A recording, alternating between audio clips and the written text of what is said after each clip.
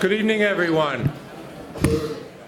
Thanks for coming out on a very rainy Worcester night. It's great to see such a crowd here this evening. I'm Tom Landy. I'm the director of the McFarland Center for Religion, Ethics, and Culture, and I'm really grateful to see you here tonight. In a famous interview soon after his election as Pope Francis, an interviewer, the Jesuit Father Antonio Spadaro, asked the Pope the question, "Who is Jorge Mario Bergoglio?" Pope Francis famously replied in a very Ignatian fashion, "I am a sinner." This is the most accurate definition. It's not a figure of speech or a literary genre. I am a sinner. From the moment he stepped out onto the balcony in front of St. Peter's Square, and many times more as his papacy unfolded, Pope Francis gave us many reasons to really wonder, who is Jorge Mario Bergoglio? Who is this man, and where on earth did he come from? He told us, of course, from the ends of the earth. God did indeed have some surprises in store for us. Mark Shriver, inspired by Pope Francis's humility and mercy, wondered the very same thing, and he decided to find out. He traveled to Argentina, where he met with people who knew Pope Francis as a child, as a young Jesuit priest, and as a bishop who was close to and concerned with the poor. He traveled to Rome. Mark reflected on his own life, including 4 years here on Mount St. James, and found things about that experience that helped him make sense of that remarkable Pope, and I think helped that remarkable Pope make sense of some of his own experience and who he was. Tonight, we have a chance to learn more about what Mark learned in that exploration, which he chronicles in a new book out this week, Pilgrimage, My Search for the Real Pope Francis, on sale here. You won't have to put in a pitch that way, right? So, we learn about resonances between events that formed and tested the foundation of each man's faith. In the many sections that draw on his years at Holy Cross, we learn about the paths of his roommates, what called one of them to the priesthood, another to the military, and how Mark discerned his own purpose on a 5-day silent retreat as a Holy Cross senior. Mark Shriver, the class of 1986, was a history major at Holy Cross, and maybe even more importantly, he met his wife Jeannie here, Jeannie Rip Shriver, some of whose family is here joining us today. She was of the class of 1987. He's been a very dedicated ambassador for the college ever since. Mark is the son of Eunice Kennedy Shriver, who founded Special Olympics, and Sargent Shriver, who, with Mark's uncle John F. Kennedy, was the force behind the creation of the Peace Corps and Head Start, among other things, and whom Mark very lovingly and movingly wrote about in a book called A Good Man, Rediscovering My Father, Sargent Shriver. That book was a New York Times and Washington Post bestseller. He spoke about that here in a really wonderful talk. Learning from his family's legacy, Mark knew that he wanted to build his career helping others too. After graduation, Mark became a member of the Maryland Juvenile Justice Advisory Council. He also served on the board of directors of the Public Justice Center, the Maryland Governor's Task Force on Alternative Sanctions and Incarceration, and the Maryland Governor's Commission on Service. He founded the Choice Program in 1988, which helps at-risk and delinquent youth make choices that strengthen their families and communities. After earning a master's in public administration from the Harvard University, Mark served 2 terms in the Maryland State Legislature. He was the first chair of the Joint Committee on Children, Youth, and Families. Mark joined Save the Children in 2003, and today serves as president of the Save the Children Action Network, which strives to end preventable newborn, maternal, and child deaths globally, and to ensure that every child in the U.S. has access to high-quality early childhood education. Over the years, as I said, Mark's been very generous about Holy Cross, generous with his time, and he's spoken here a number of times, including as commencement speaker in 2010. Last spring, he was MC for the gala that launched our fundraising campaign, Become More, the campaign for the future of Holy Cross. He's always an engaging and insightful speaker, and I'm really grateful to welcome him here tonight. So please welcome back Mark Shriver.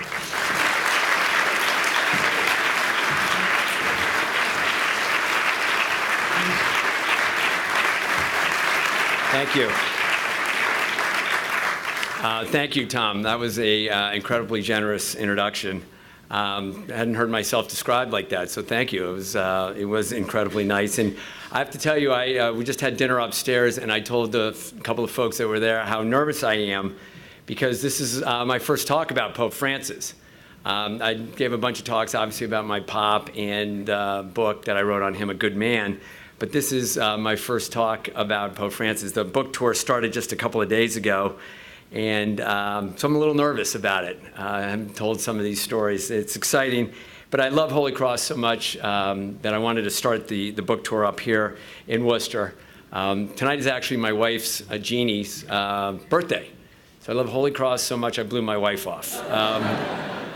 But she sent her brother to make sure that I was well behaved and that I spoke well. So I want to acknowledge my brother-in-law, Bob, and his wife, Beth, and their daughter, Annie, who goes to school here, who's probably never going to talk to me again because I called her out here. I'm not going to make you stand up, but I want to thank all three of them for coming tonight. I want to, before I say anything about Pope Francis and this journey that I undertook with him, I just want to take a second to acknowledge Father Kuzniewski, who I know taught a number of you here, taught me when I was here in a history major at Holy Cross. Father Kay and I and one other buddy of mine, I know that wasn't the proper English, but the three of us traveled through Eastern Europe in 1984 and 1985 in the Soviet Union. And we went to Poland, we went to the Soviet Union, and he said Mass on a daily basis, including in Moscow, which of course was against the law. And if you said Mass at that point in time, you were going to jail. So we were very excited about saying Mass in a hotel room, and he was very quiet, you know, with that Midwestern accent of his, and had a wonderful time. He was a heavy influence on me when I took my 5-day retreat as a senior here with Father LeBrand, which really was the most important thing I did here at Holy Cross. The classes were great. The friends I made were lifelong friends, a number of whom are here tonight. But that experience, that silent retreat, was so powerful and is still a huge influence on my life. And Father Kay helped me on the writing of this book. So I want to just acknowledge him. I had a conversation with him today. I've talked to him a bunch of times since he got sick, and he actually, I showed this to a roommate. He was so good the other day in a conversation that I pulled it off to the side and wrote down notes on this Starbucks napkin. So the guy is still on it, and he's still teaching, which is a really powerful thing. So let me say why I wrote the book. And I think a lot of it had to do with my huge respect for the Jesuits. I went to a Jesuit high school, and obviously I graduated from the best school in America. As I said on television last night, my daughter, I don't even want to admit it, she's at Boston College. I know, it's horrible, right? Are we recording this talk? Is that little thing really recording? Oh my God, I can't put this on the web or else she'll kill me. But Molly is at Boston College, but I said it publicly yesterday that this is the best school in the country. And the Jesuits that I met here, that taught me here, that I had a few drinks with here, that remained friends with me here, are fantastic, and they are the best teachers in the world. But I honestly felt that the Jesuits and the nuns that I knew all around this country that were doing great work were so disconnected from the Curia, what was happening in Rome, what was happening in the sexual abuse scandal, not only in the state but around the country, what was happening in some of the comments about Islam, about women, about the leaks that were going on in the Vatican, seemed so distant and separate from the great work that priests and nuns were doing on a day in and day out basis, that I was a little bit of a funk.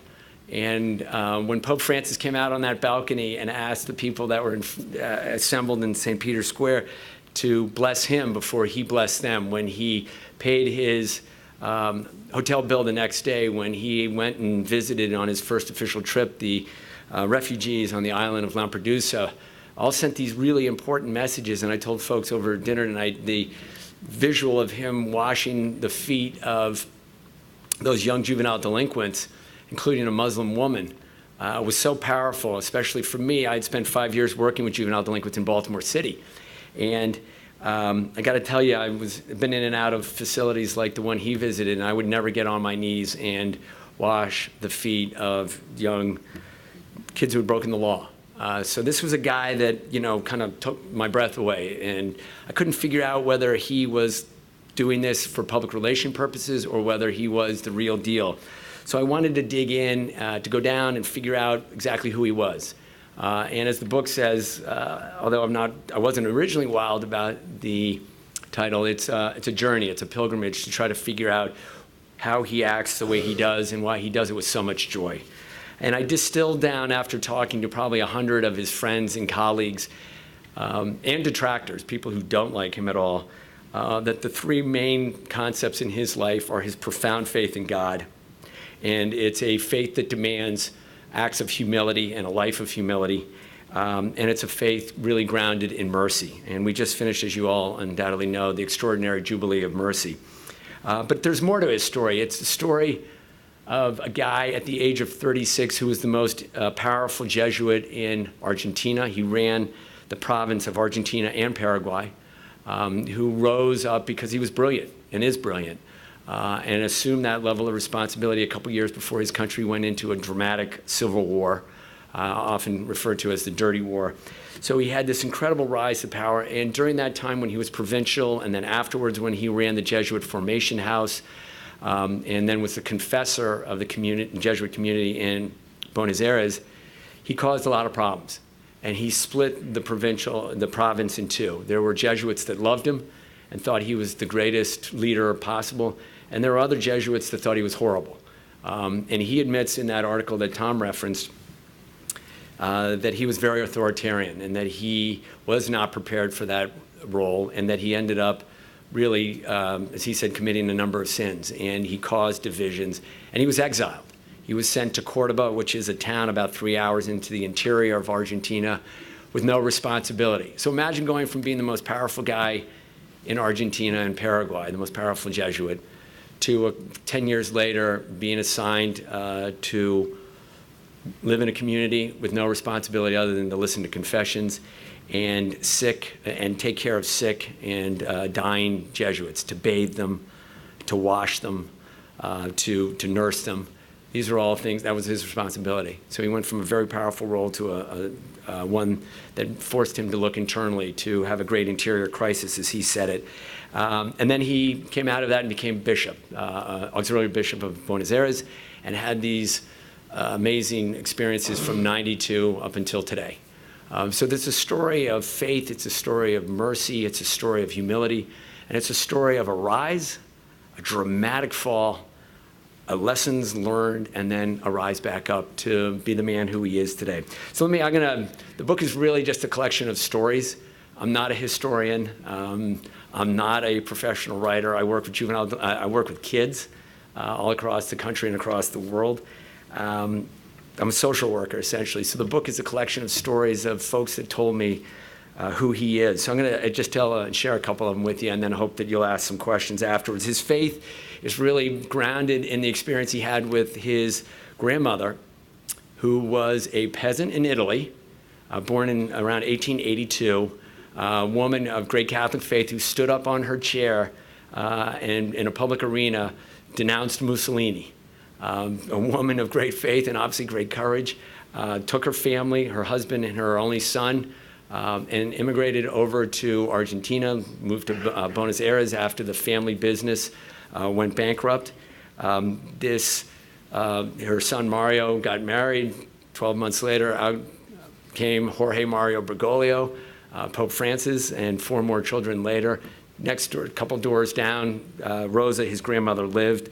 Taught him how to say the rosary, taught him the lives of the saints, taught him a Catholicism that was very earthy, very grounded in, essentially a poor person's approach to life. And that, I think, was one of the great influences on his life. And he talks often about his grandmother. Family priest, a Salesian who lived in the neighborhood, big influence on the family, helped the family when they lost the money, actually introduced Bergoglio's parents at an event. Would eat dinner with the family every Sunday night. When Bergoglio himself decided to become a priest, his mother was opposed to it because he was studying chemistry. So he's a man of science, and his mother was opposed to it. So Jorge Mario Bergoglio worked with the Salesian Father Pozzoli, to work his mother behind the scenes so that she would allow her oldest son to go into the priesthood. And into the priesthood he went. A couple months later, just like Ignatius of Loyola, he almost died. Had a terrible lung infection. He lost part of his lung. And like St. Ignatius, I don't want to say he had a conversion on his potential deathbed, but decided to become a Jesuit and entered as a novice just a few months later and began his career as a Jesuit. And over the next 10 years, rose quickly through the ranks because of his brilliance and became provincial at the age of 36 in 1973, just a few years before the Dirty War happened. So he worked at Collegio Maximo after he was provincial. And Collegio Maximo is the Jesuit formation house.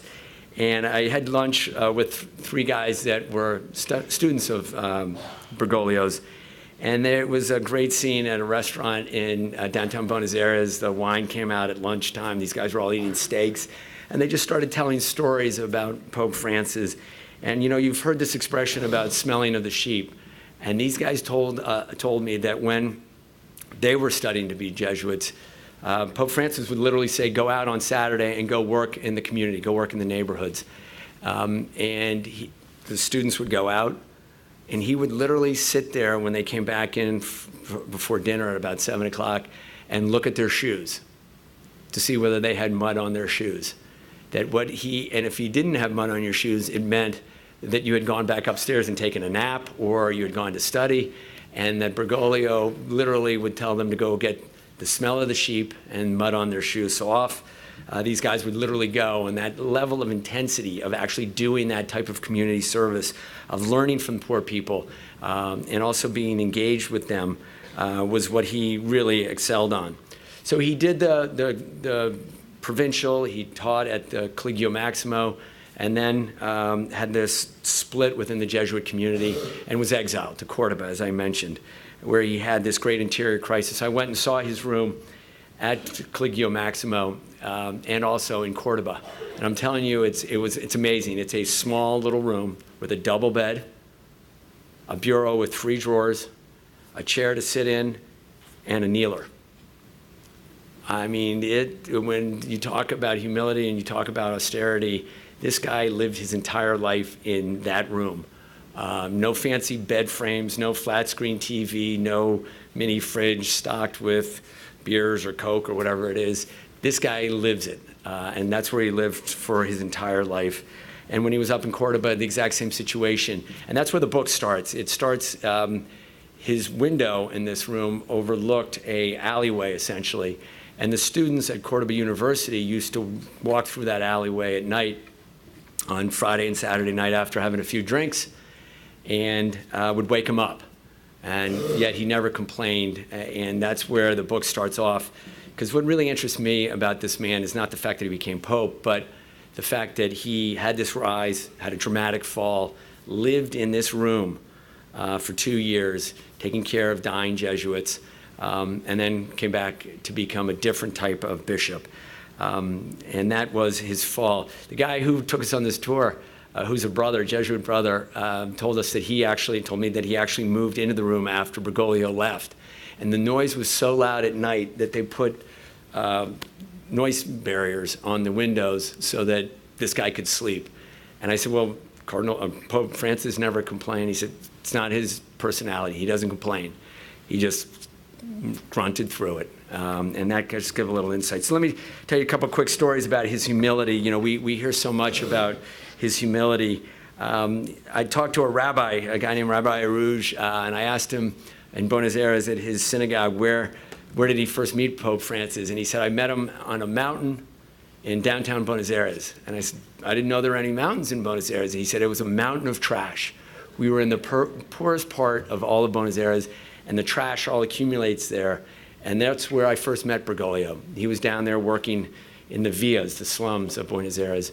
And the rabbi and the Jewish community partnered with then Bishop Bergoglio to do work in the slums, and they worked together for a number of years. He told me that the priest who ran that slum, or parish in the slum, Father Pepe was threatened many times, and they actually ended up having to move him because there were so many drug dealers and people threatened to kill him. And at his going away service, Bergoglio, Pope Francis, was there washing people's feet. And I said to him, "You mean so it was Holy Thursday?" Because that's the only time I've ever seen priests wash people's feet. And he said, no, it was just a regular day. And I said, well, no, it's like Holy Thursday, thinking that maybe the rabbi didn't understand it because, he's a rabbi, right? And he's not a Catholic priest. And he goes, no, I know what Holy Thursday is. And he spoke English, and he had long hair. And he's like, no, I know what Holy Thursday is. What do you think, I'm stupid? And I said, no, Rabbi. He goes, there were no cameras, and he would come into the slums and wash people's feet when no one was looking.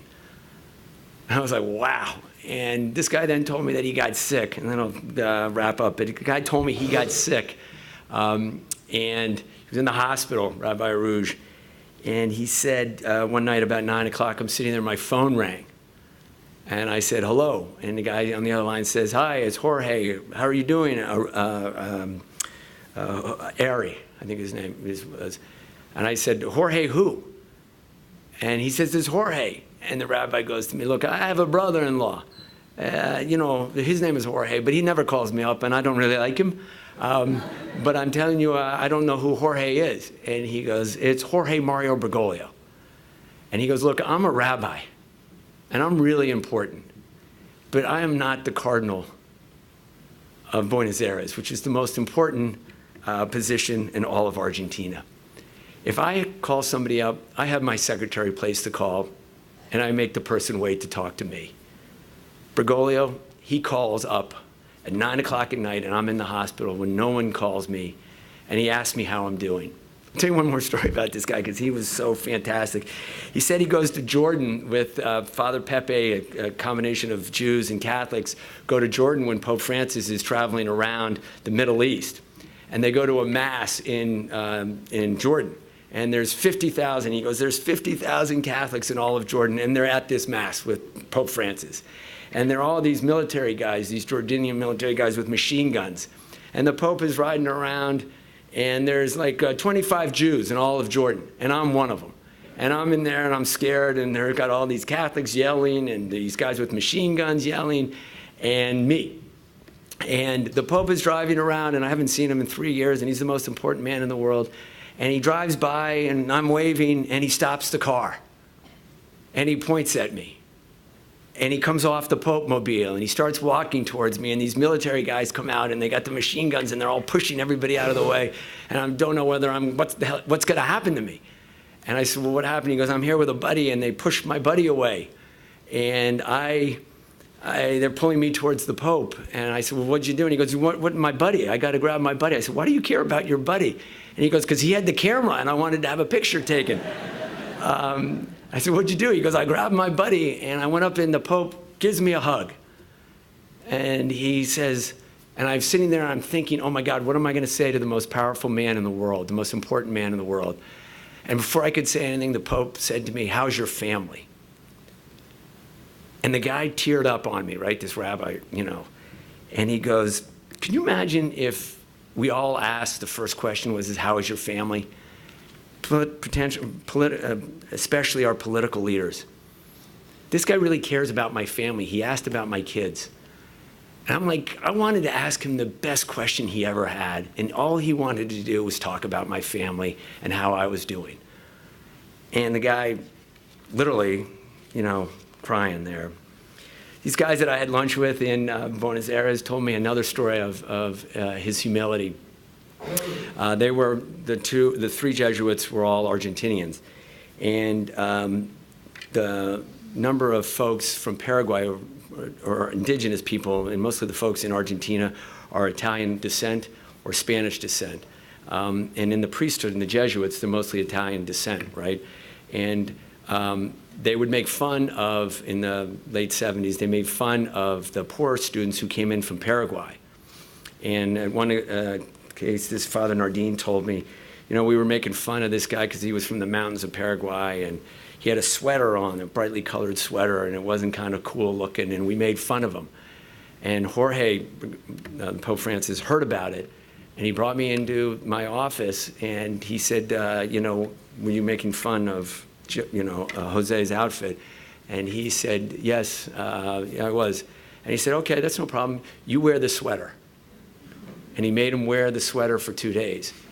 And I said, well, what did that teach you? And he goes, well, first it taught me not to make fun of anybody in an ugly sweater. But it taught me, you need to be sensitive to other people, and you need to be aware of different cultures. And he said Jorge had a way of making sure you always stayed humble, because that was what was most important.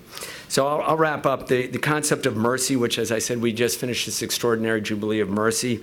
I met a woman down there, Nilda, whose son died in a nightclub fire on New Year's Eve. They oversold this nightclub, and in order to keep the people out, they chained the doors. And a fire started in the inside of the nightclub, and 200 plus kids all died because they couldn't get out. The emergency rooms had all been chained on the other side, and they all ended up dying. And at 3 or 4:30 in the morning, Cardinal Bergoglio showed up to help them as they were bringing the dead kids out, and the families were experiencing obviously profound pain.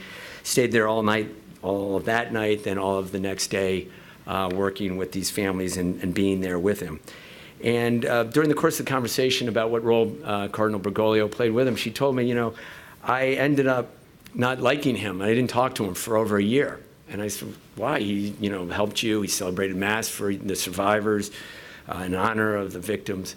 And she said, I found out that he had reached out to the owner of the club and the band who put the show together and decided to do these different things, like lock the doors, and they were in jail. And I was so mad at him for reaching out to those people. They killed my son, that I didn't talk to him for over a year. And I said, wow, she had incredible energy, and not to talk to the Pope and to criticize him publicly. And I said, well, what happened? And she goes, well, eventually I realized that he was right. He goes, the mercy that he talks about, it's mercy for us because we lost our kid, but it's also mercy for them because they feel bad and they are in a tough situation and they're going to be in jail for a long time. So what he always does is he extends the mercy, and he teaches us how to look forward and try to get rid of our anger and our hate. And the last story I'll tell you is really, I think, my favorite one, and he had it in a book called The Name of God is Mercy. Tells the story of a woman who lived near Collegio Maximo, the school he worked in, who was a single mom. Husband had left her, had 3 little kids, and she had to turn to prostitution because her part-time job didn't provide enough money. And he had sent food to the family through Caritas. And she came up around Christmas time and wanted to speak to him. So he came out and said, hi, nice to see you. Did you get the food? And she said, yes, I got the food. But I'm not here to thank you for the food. I'm here to thank you because you always called me Signora. And, when Pope Francis talks about mercy, I thought originally he was talking about being nicer to people or maybe giving a little bit more money to your favorite nonprofit. But he's talking about mercy on a totally different level. He saw in that woman the need to feed her kids, which is great community service, and we talk about that at Holy Cross. We talk about that as a Catholic social justice teaching. But what he's talking about is that, and then also getting into and having an intimate relationship with poor people, to understand their confusion, their chaos in their life, but also their joys. And that level of intimacy is really hard, at least for me, to contemplate that. When I saw, after reading that story, after hearing it, think about the homeless people you see on the street. For me, do I want to give them money? God, I got to give this guy $5, and there's another one around the corner. I'm going to give him $5, and, they should go to a shelter. What he's talking about is calling them Mr. or Mrs. Signora.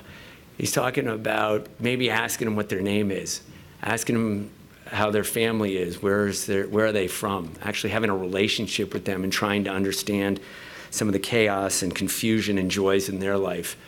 So I'd like to tell you, I give money to every homeless guy I see, and I have those conversations. I don't. I'm trying it. I kind of thought I was too busy in my job, had to work too hard and all that important stuff to do.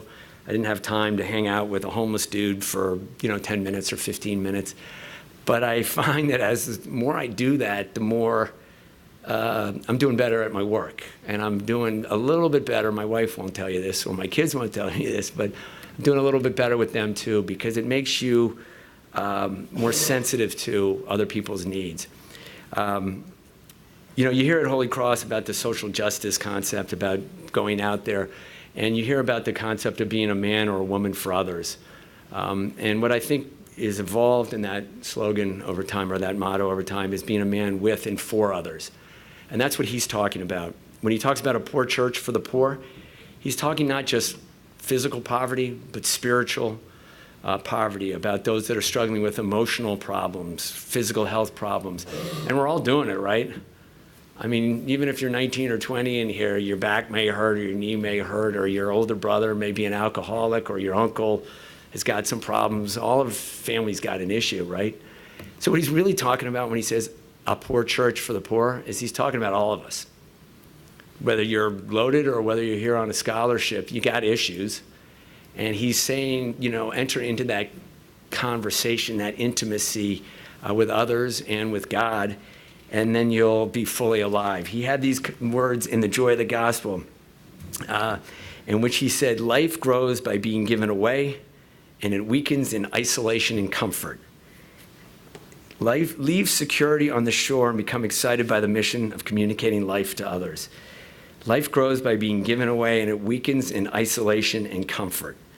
And when I saw that word comfort, it's like such an amazing challenge, because I like my comfortable life. I do a good job, I think. I get paid a good salary. I got a good routine with my wife and kids. And to get out of that comfort zone and talk to a homeless guy, like he did with that woman who had to prostitute herself, and just that little sense of calling her Senora and giving her dignity, that takes an effort. And I think that's what he's challenging us to do. So I want to just leave you with the idea that as you are on your journey of life, whether you're a teacher here, a Jesuit, or whether you're a freshman or a senior and going on to the next stage of your life, we're all pilgrims. We're all on a journey, a lifetime of learning.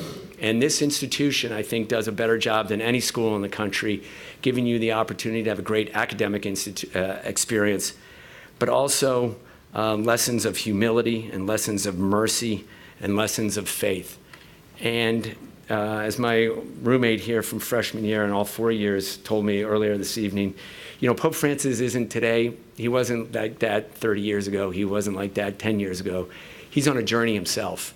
So even though he's a great and wonderful teacher, he's on a journey. And I hope as you go on your journey, you'll remember this guy who is, as St. Ignatius said, trying to light the world on fire. He is using by his examples, by his words, by his striving, by his own learning, and by his own admission of his own sins. He's setting an example for all of us about how to live life, about how to have the guts to leave comfort and security on the shore and get our shoes soiled by the mud of the street. It's an incredible challenge. I wish you good luck on your years here at Holy Cross, and I hope you enjoy the book. Thanks so much for having me.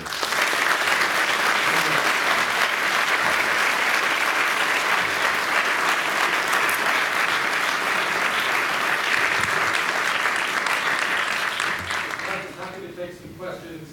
We just ask people to use the microphone at the center. Anybody have any questions or thoughts? This bottle of water is already open, Tom. That's kind of nasty. I'm joking. There is. It's okay. Well, somebody took a swig out of this one, so I don't know what I'm going to do with that. I had a professor here, Maurizio Vanicelli, who unfortunately passed away a couple of years after I graduated, and he used to say at the end of classes, he was an Italian, and he would go, any questions, comments, or criticisms? So I don't know, does anybody have any questions or comments? No criticisms, I hope. Yes, sir. Shout it out or come to the microphone, or I can rephrase it. Oh my God, we really are, you're recording this?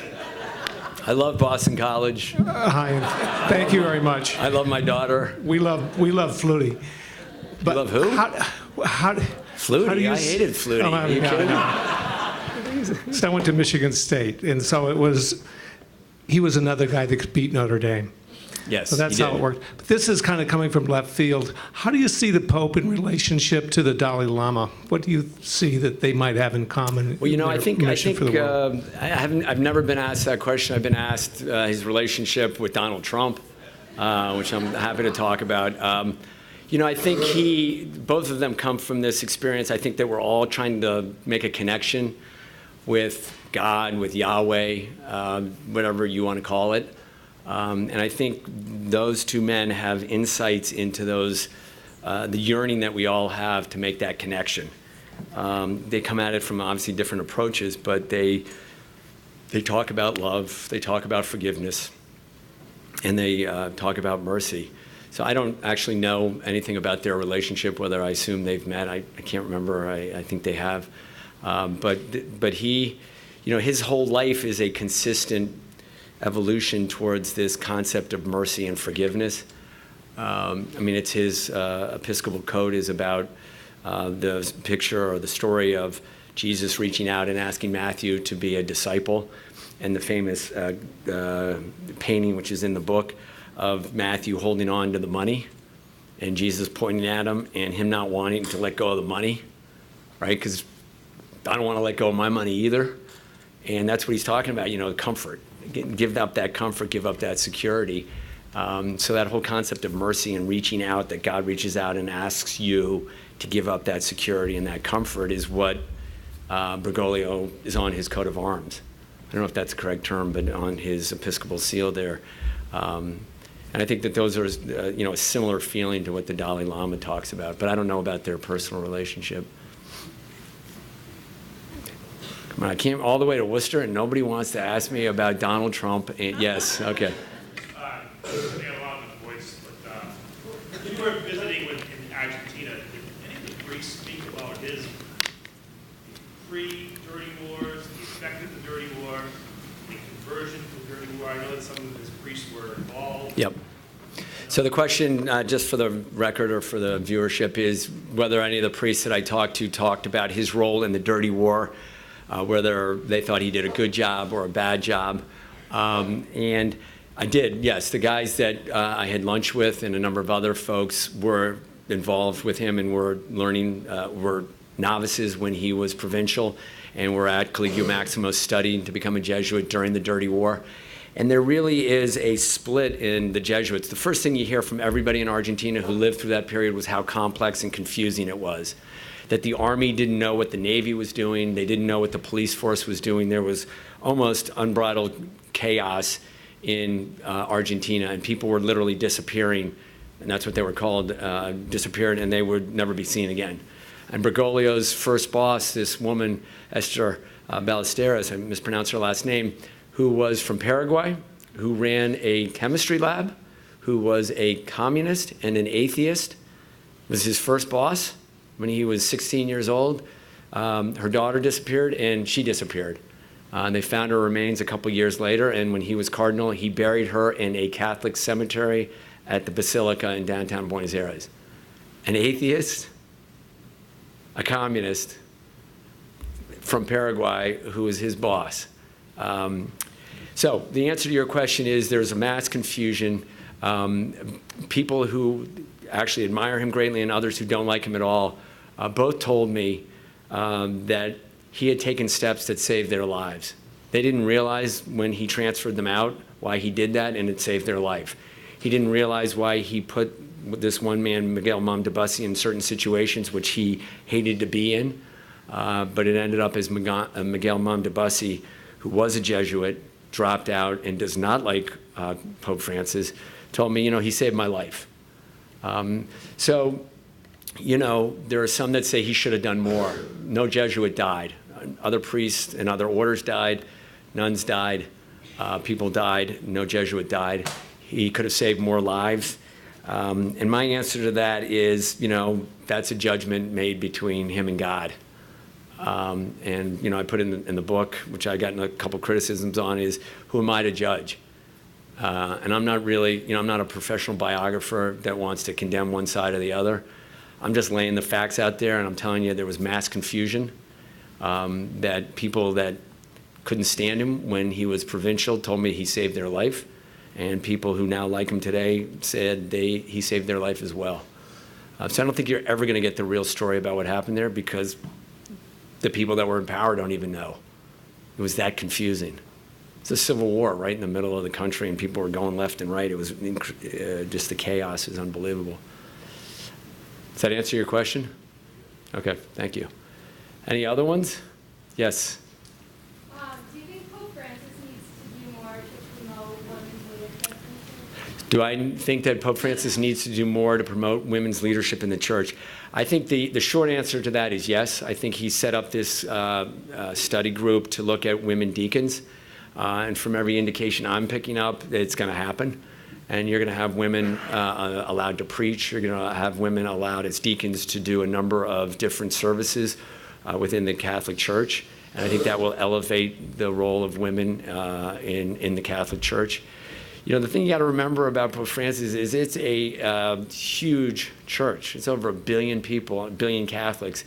And we are, I think, more progressive here in the U.S. Obviously, there are more conservative strands in the church here as well.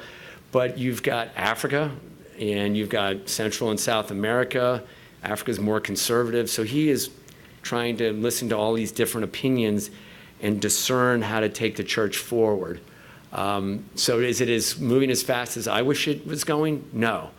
Is he doing as much on the sexual abuse issue as I think he should be doing? No. Is he moving it in the right direction? I think so.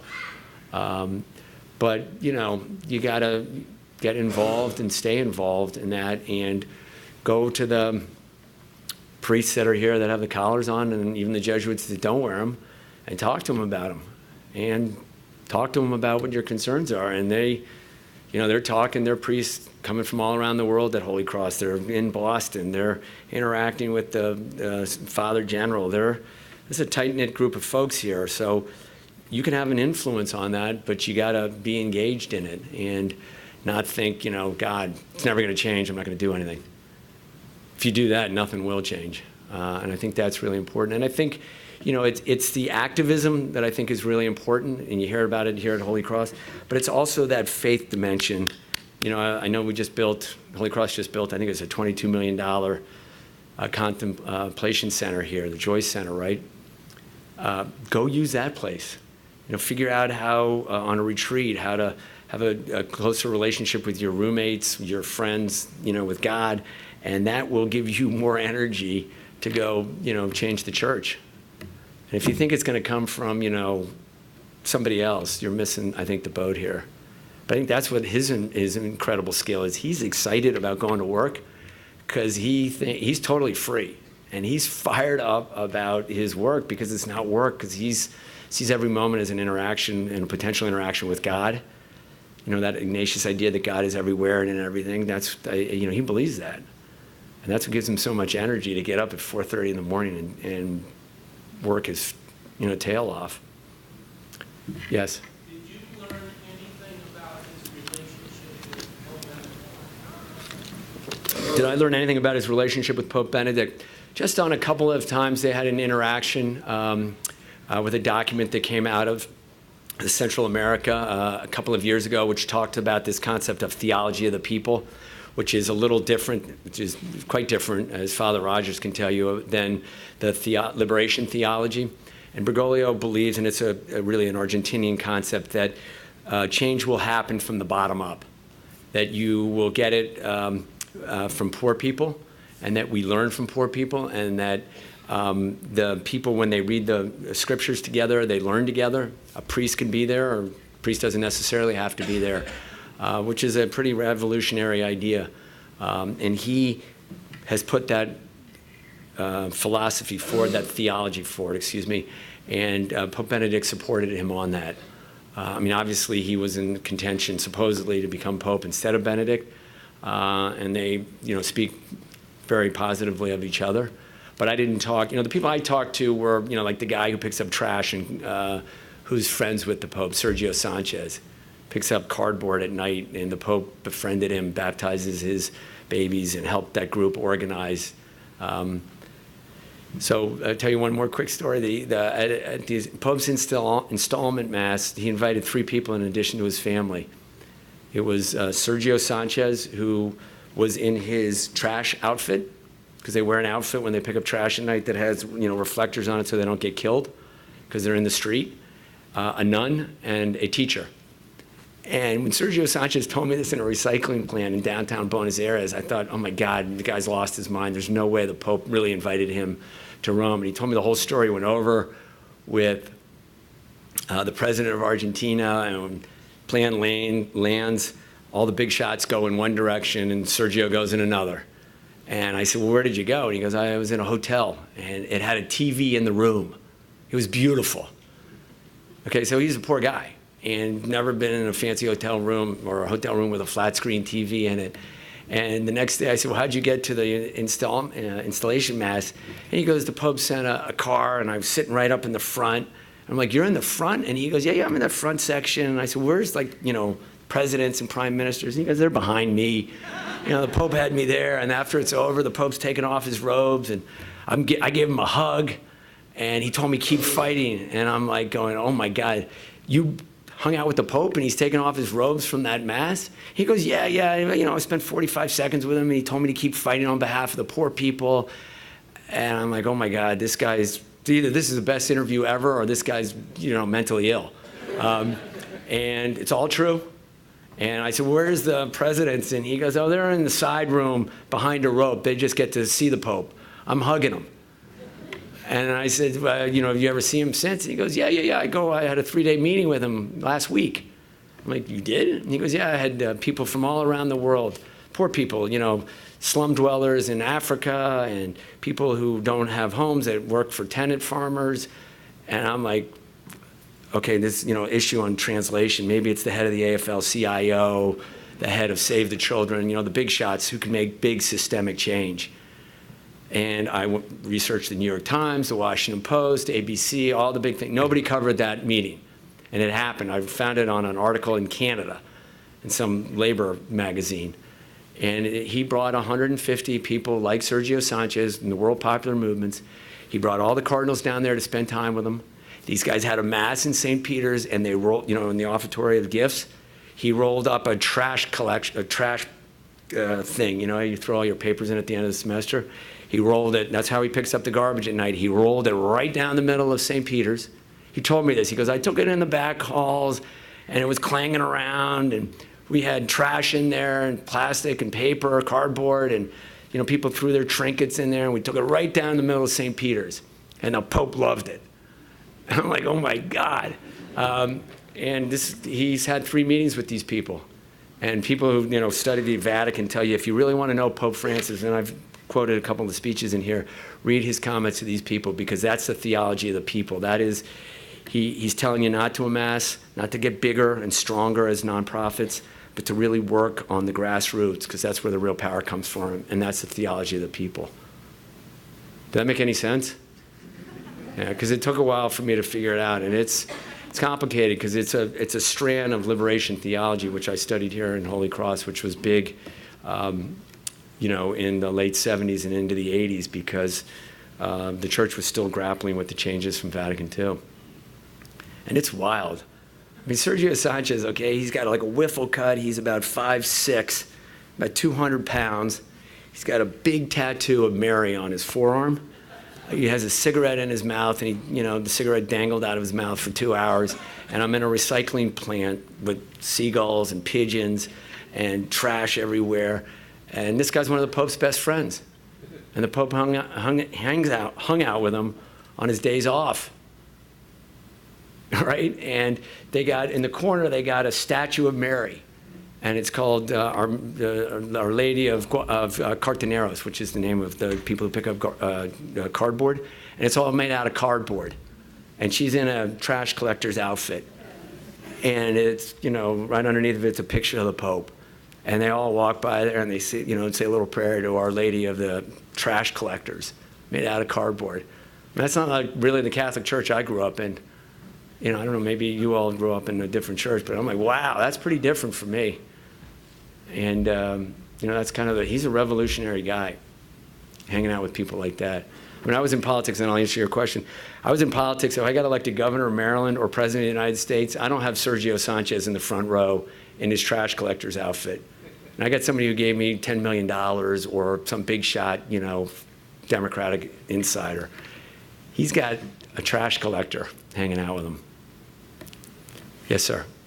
Just what you said a minute ago, in a sense, he is a revolutionary and is trying to make a lot of changes and has made some. Many people say, or raise the question as to whether the Cardinals would have elected him if they understood what he was going to be about. What's your thought on that based on what you know of him and what you know of him?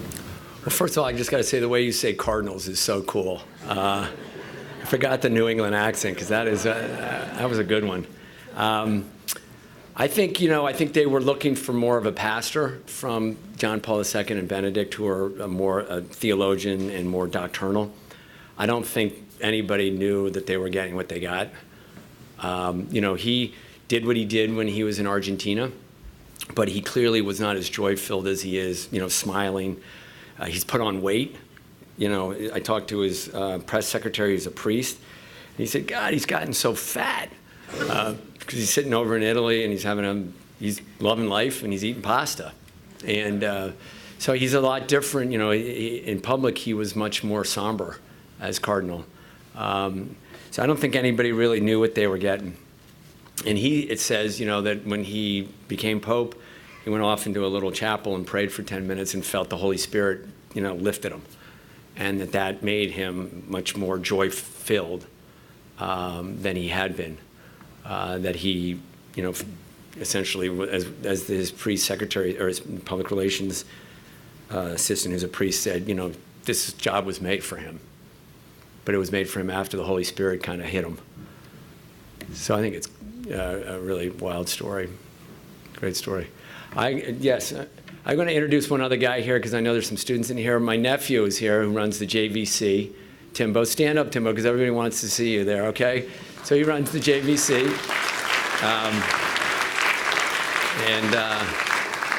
He's following me around at all the Jesuit schools. He's not, actually. It was a total coincidence. Yes, the question? My question was, I think this dude, go ahead. Why don't you? Sorry, I'll get to you in a sec.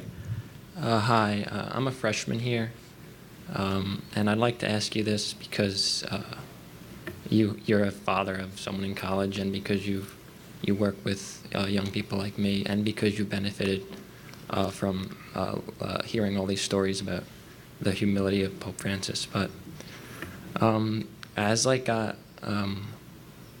I'm fulfilling my education and classes here are getting more rigorous, I find myself being more selfish, and it's harder for me to maintain a humility as the courses get harder.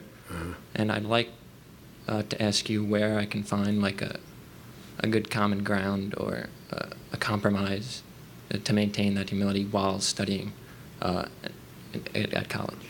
That's a beautiful question. You should ask one of the guys with a collar on. But the short answer is, I think you're under pressure, right? And your parents are paying a lot of dough to send you here, and they want you to do well. And you're undoubtedly thinking when you get out of here, you got to get a job because you're going to pay off your debt here, or you got to get a good job, right? So I hear you. My daughter is doing an amazing amount of work at Boston College. She blew me off today because she was studying. So she's working hard. I think, the gifts that you've been given are all just that, they're gifts, right? So I think understanding that they are gifts, whether it's money or your brain or the fact that you play football here or you swim or whatever it is, they're all gifts. And, you can, I think, be grateful for that. I think you got to have that in everything you do. And if you get straight A's here, it's God working through you, and God's going to move you in a different direction or move you in a direction that God wants you to move in. That's what I'm told constantly. I find I struggle with that. That's hard for me to, I'm like, can God get on it and tell me what he or she wants me to do? And, I'd like it to happen today. I don't want to wait. There's a great prayer, I think it's from Sargent, in which he said, just God, it takes time. God takes time to work through you, and you just got to be still and be humble about it. I'll send it to you if you give me your name afterwards. But I find that hard to do. I think going on the retreat here is fantastic. I think that'll help you with prayer habits, and the whole spiritual exercises are exercises, right? There's a routine and a beat to them, and I'm doing them now. The 9-month spiritual exercises, and it's like a workout. You go to the gym for an hour. You do your biceps and your chest one day, and your legs the next, or and aerobics the next day. People do that, right? So this is the same thing Ignatius set up, and he works you through exercises. And if you can get into that little routine of the examen, which is 10 minutes a day, or the exercises themselves, half an hour, 20 minutes, that's a pretty powerful way to keep you grounded and find a balance. And you can afford 20 minutes. You don't think you can, but you can. And it's, I didn't think I could hang out with that guy, the homeless dude, on 20th and L for 15 minutes because I'm too busy and important, but you can. You just got to build it into your routine. And it's hard because, it's like going to an exercise routine. You don't want to do it, right? But if you can find an hour to do exercise every day, you can find 20 minutes to, ground yourself in what's really important. And that's what this place, I think, does better than any other place in the country. You can talk about it. That's what the JVC does, what Timbo does. I mean, that's, you do the actual service, but it's service grounded in a relationship with God, and that's a big deal. And that's what the Jesuits should do more of, help you guys through that, because they got, I don't want to say it's a secret potion, but they got real insights into how to do it, and Ignatius knew what he was doing. And that's a really powerful thing that you should take advantage of here. It's real, I know everybody looks so sad, but it's really exciting. I mean, it's like, wow. I mean, that's an old dude in the Vatican right now. He's almost 80. He's got one lung. And he's up at 4:30 every day, pounding it with a bigger constituency than I have or you have. He's got 1.1 billion people working, looking for him for direction. That's a lot of pressure for an 80-year-old man with one lung and sciatica. And he's got it. He's fired up. I think it's great. And so he's living the examen. He's living the spiritual exercises every day, and he's, disciplined, takes a nap every day for half an hour. I mean, if you told your mom and dad you were taking a nap every day, what would they say to you? What the hell's the matter with you, right? Tell them Pope Francis takes a nap. He does, and he's doing a lot of stuff, right? And he's setting the world on fire, and he's taking a nap, and he's making it happen in the back. Did that help at all, or is that just kind of sound like BS?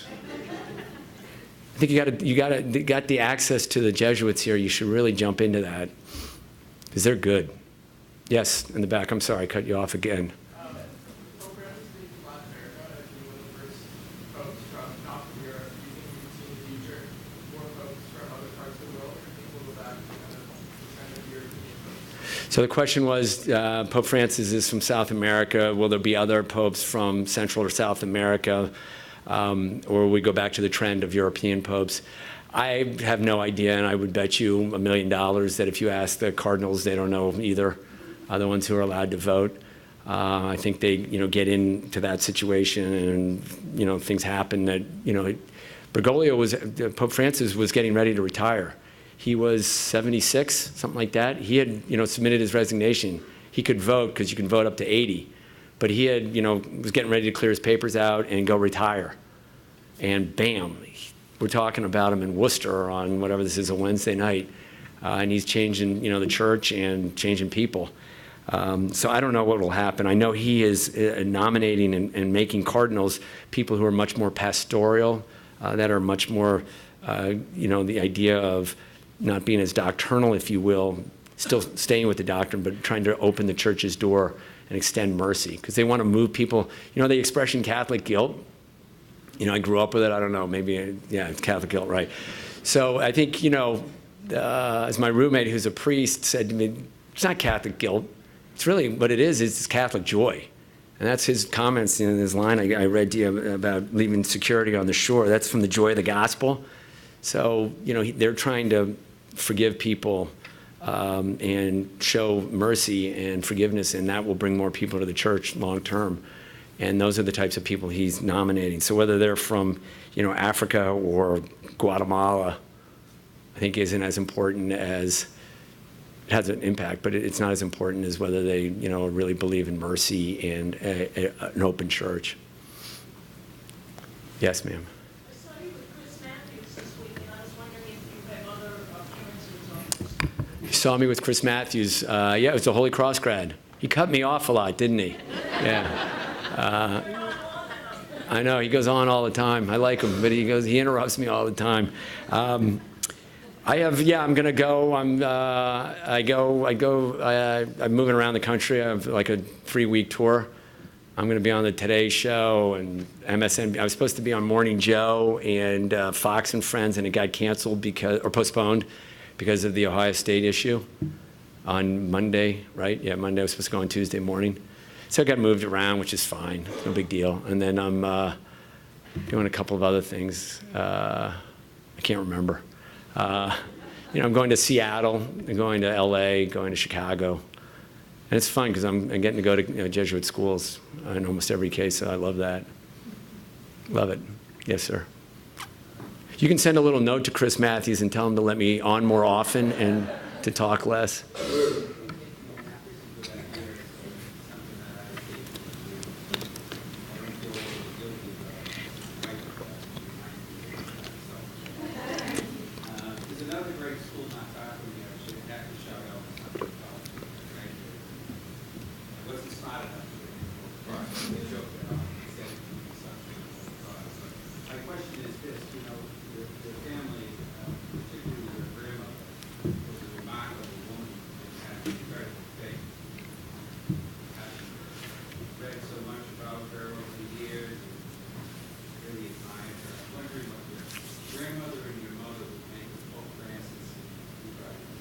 So the question was from a guy who went to Assumption College, couldn't get into Holy Cross, who evidently takes naps on a regular basis. So you're good. You're a good guy. So what would my grandmother and mother think of Pope Francis? My grandmother Rose was born at roughly the same age or same time as Bergoglio's grandma Rosa. She was very poor. My grandmother wasn't. And I remember, as I wrote in the book, talking to my grandmother about the Shroud of Turin, which some people think is the burial cloth of Jesus, and whether she believed that really was Jesus' burial cloth. And she said, look, whatever brings people closer to the faith is good. And that really sounded a lot like Bergoglio's grandma, which is, whatever brings people closer to God is the right thing.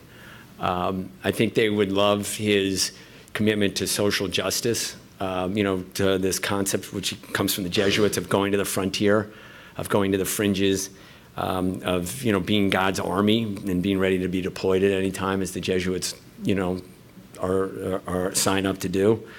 I think they'd love that component of it. I think they'd love the fact that he challenges the hell out of everybody, both progressives and conservatives.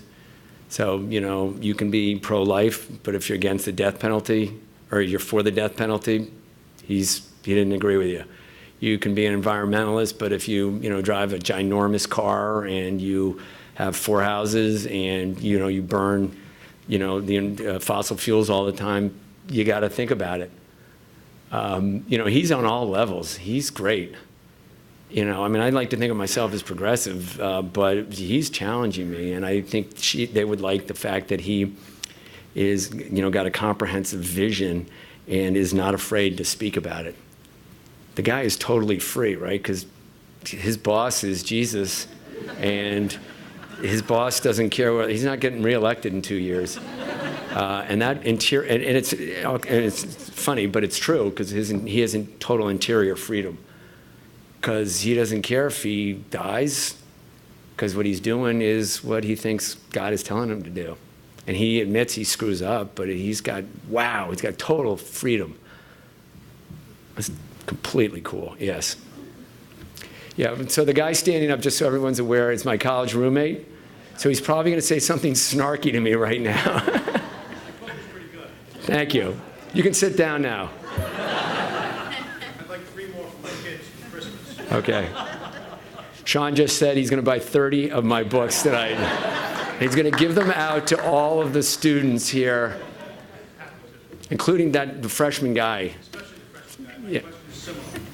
The common theme that runs through your books, which is 2 so far, is that the central characters have a way of engaging with children or with younger people to make them feel more important, powerful. The most colorful characters in your book, including Father Brand, those that are able to engage with young people and explain to them how important they are.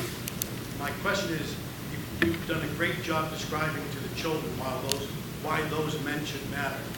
When are you going to take the next step and explain to the children, as your characters do, as your subjects of your books do, why the kids matter? When are you going to start acting like they do, rather than just writing about these guys? Well, I'm trying to do that with my life, Sean, which I'm happy to discuss it with you after this event. But I think your point is about involvement. And I spent my career working for kids and trying to do advocacy work. And is that what you're getting at? Or why don't you get to the microphone? Everyone can hear me. Your father stood at the same stage and explained to us back in 1983 Yes. why we matter.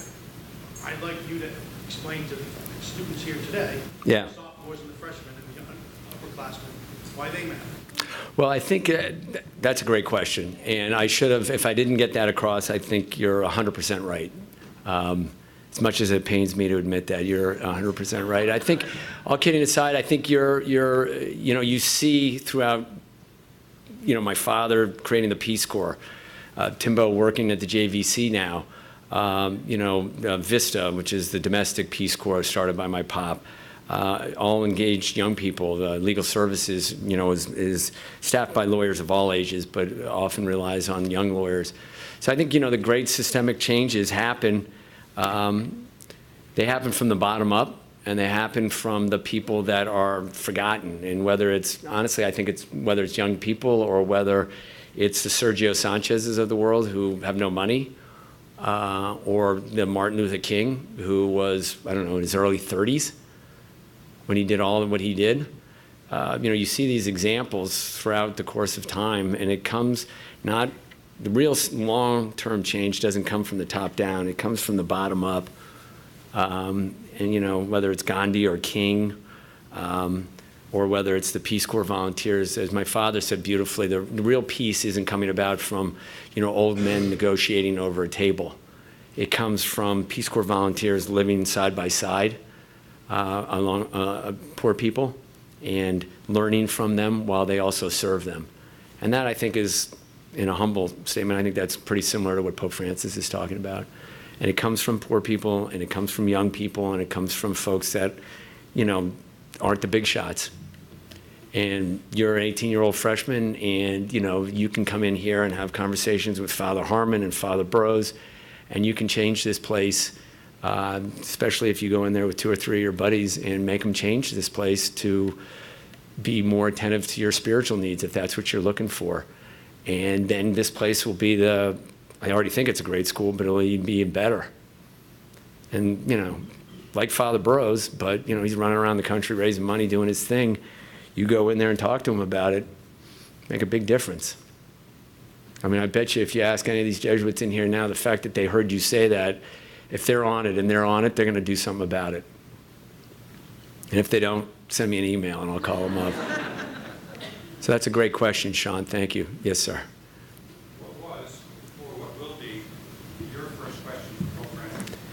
So you're kind of ruining the story, but it's okay. I don't care.